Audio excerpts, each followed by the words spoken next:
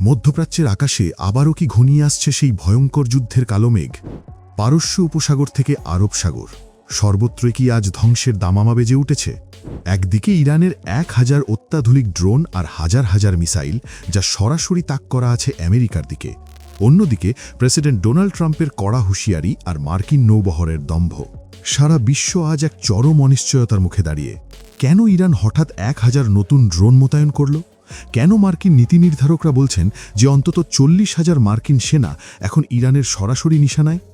আজ আমরা উন্মোচন করব হরমুজ প্রণালীর সেই গোপন সামরিক প্রস্তুতির লোমহর্ষক সব তথ্য। ইরান ও আমেরিকার উত্তেজনা এখন এমন এক পর্যায়ে পৌঁছেছে যেখানে যে কোনো মুহূর্তেই জ্বলে উঠতে পারে যুদ্ধের বারুদ।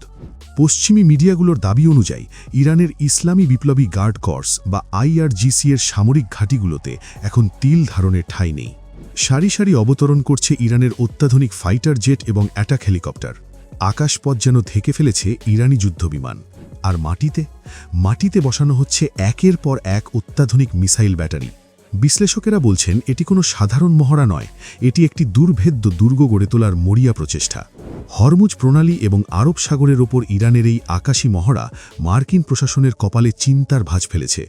ভাবুন তো একবার, মার্কিন বিমানবাহী রণতরী, যা কিনা সাগরের বুকে আমেরিকার অপরাজেয় শক্তির প্রতীক, তার ঠিক নাকের ডগাতেই চক্কর দিচ্ছে ইরানি ফাইটার জেট।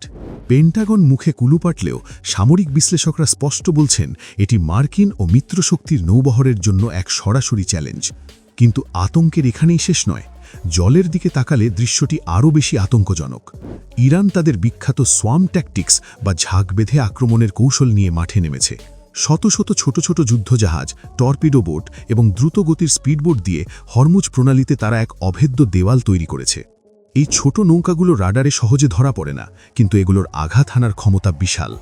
একযোগে কয়েকশো স্পিডবোট যদি আক্রমণ চালায়, তবে একটি বিশাল মার্কিন ডেস্ট্রয়ারকেও সাগরের বুকে ডুবিয়ে দেওয়া সম্ভব।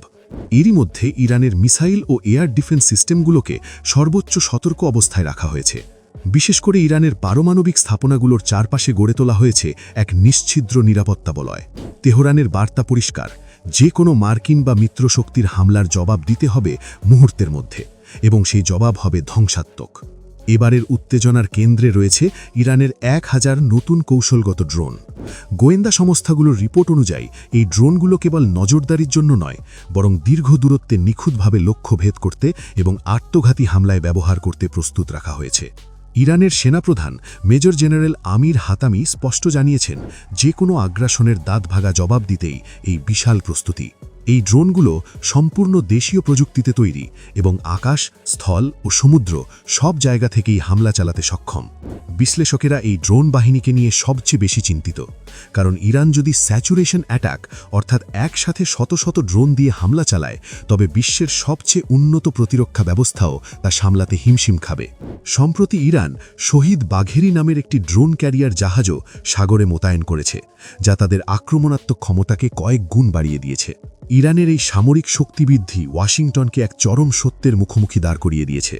মার্কিন পররাষ্ট্রমন্ত্রী মার্কো রুবিও সম্প্রতি কংগ্রেসে এক চাঞ্চল্যকর তথ্য প্রকাশ করেছেন। তার মতে, পশ্চিম এশিয়ায় মোতায়েন থাকা প্রায় 30 থেকে 40 হাজার মার্কিন সেনা এখন ইরানি ড্রোন ও ব্যালিস্টিক মিসাইলের আওতার মধ্যে রয়েছে। শুধু তাই নয়, আরব সাগরে থাকা মার্কিন aircraft carrier USS Abraham Lincoln এখন এক বড় ঝুঁকির মুখে।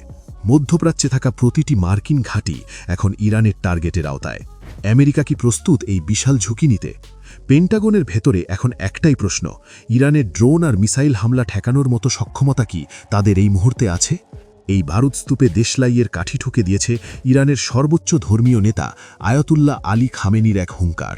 তিনি দ্ব্যর্থ ভাষায় জানিয়েছেন, আমেরিকা যদি ইরানে কোনো প্রকার হামলার দুঃসাহস দেখায়, তবে সেই যুদ্ধ আর কেবল ইরানের মাটিতে সীমাবদ্ধ থাকবে না। এই যুদ্ধ রূপ নেবে এক প্রলয়ঙ্করী আঞ্চলিক যুদ্ধে। এর অর্থ হল, ইসরায়েল থেকে শুরু করে মধ্যপ্রাচ্যের সমস্ত মার্কিন মিত্র দেশগুলো এই আগুনের গ্রাসে পড়বে। তেহরান কোনো অবস্থাতেই তাদের প্রতিরক্ষা ক্ষমতা নিয়ে আপোস করবে না। খামেনি স্পষ্ট করে দিয়েছেন, ইরানি মিসাইল ও ড্রোন বাহিনী মার্কিন সামরিক বেস এবং তাদের জাহাজের বিরুদ্ধে পূর্ণ শক্তিতে কাজ করার জন্য প্রস্তুত। অন্যদিকে ডোনাল্ড ট্রাম্প, যিনি তার অনিশ্চিত নির্ণয়ের জন্য পরিচিত, তিনিও কিন্তু বসে নেই। খামেনির বক্তব্যের জবাবে ট্রাম্প তার স্বভাবসুলভ ভঙ্গিতে বলেছেন, অবশ্যই তিনি এটাই বলবেন, ওনার কাজই তো এটা বলা। কিন্তু ভুলে গেলে চলবে না, আমাদের কাছে বিশ্বের সবচেয়ে শক্তিশালী জাহাজ আর অস্ত্র আছে। আমাদের শক্তি অকল্পনীয়। তবে ট্রাম্প এখানেই থামেননি, তিনি কিছুটা রহস্যময় সুরে যোগ করেছেন, আশা করি আমরা একটি চুক্তিতে পৌঁছাতে পারব। আমি যুদ্ধ চাই না, কিন্তু যদি তারা আলোচনায় না আসে, তবে আমরা খুব দ্রুতই খুঁজে বের করব যে তিনি সঠিক ছিলেন কিনা। ট্রাম্পের এই শেষ লাইনটি আন্তর্জাতিক বিশ্লেষকদের মতে একটি প্রচ্ছন্ন হুমকি। এর অর্থ হল, ইরান যদি আলোচনায় না আসে, তবে আমেরিকা শক্তি পরীক্ষায় নামতে বিন্দুমাত্র পিছুপা হবে না। পরিস্থিতি তাহলে কোথায় গিয়ে দাঁড়াচ্ছে? একদিকে তুরস্কের গোপন বৈঠকের গুঞ্জন, অন্যদিকে সাগরে মিসাইল আর যুদ্ধজাহাজের মহড়া। ইরান বুঝিয়ে দিয়েছে তারা বিন্দুমাত্র ছাড় দিতে নারাজ। তাদের 1000 ড্রোন আর স্পিডবোটের ঝাঁক যে কোনো মুহূর্তে ঝাঁপিয়ে পড়তে প্রস্তুত। হরমুজ প্রণালী হল বিশ্ব বাণিজ্যের লাইফলাইন। ইরান যদি এই প্রণালী বন্ধ করে দেবার হুমকি কার্যকর করে, তবে বিশ্ব অর্থনীতিতে নেমে আসবে মহাবিপর্যয়। তেলের দাম হবে আকাশচুম্বী, যা প্রতিটি দেশের সাধারণ মানুষের জীবনে প্রভাব ফেলবে।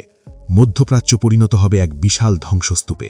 সাগরের বুকে যেন এক অদৃশ্য বারুদের স্তূপ জমেছে, যা সামান্য স্ফুলিঙ্গেই জ্বলে উঠতে পারে।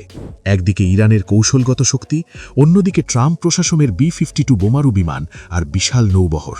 কে জিতবে এই স্নায়ুযুদ্ধে? বন্ধুরা, হরমুজ প্রণালীর ঢেউয়ের সাথে সাথে প্রতি মুহূর্তে পাল্টাচ্ছে বিশ্ব রাজনীতির গতিপথ। ইরান কি আসলেই আমেরিকার সাথে সরাসরি যুদ্ধে জড়াবে, নাকি এই 1000 ড্রোন কেবল একটি প্রতিরক্ষামূলক বার্তা ছিল? এক ভুল পদক্ষেপে বদলে যেতে পারে পুরো বিশ্বের মানচিত্র। আপনার কি মনে হয়, আমেরিকার আধুনিক প্রযুক্তি কি ইরানের এই ড্রোন বাহিনীকে রুখতে পারবে, নাকি তেহরানের কৌশলের কাছে হার মানবে পরাশক্তি আমেরিকা? নাকি শেষ পর্যন্ত আলোচনার মাধ্যমেই আসবে সমাধান? আপনার মতামত কমেন্ট করে আমাদের জানান। ভিডিওটি ভালো লাগলে লাইক দিন এবং নিয়মিত আন্তর্জাতিক নিউজের আপডেট পেতে চ্যানেলটি সাবস্ক্রাইব করে পাশে থাকুন।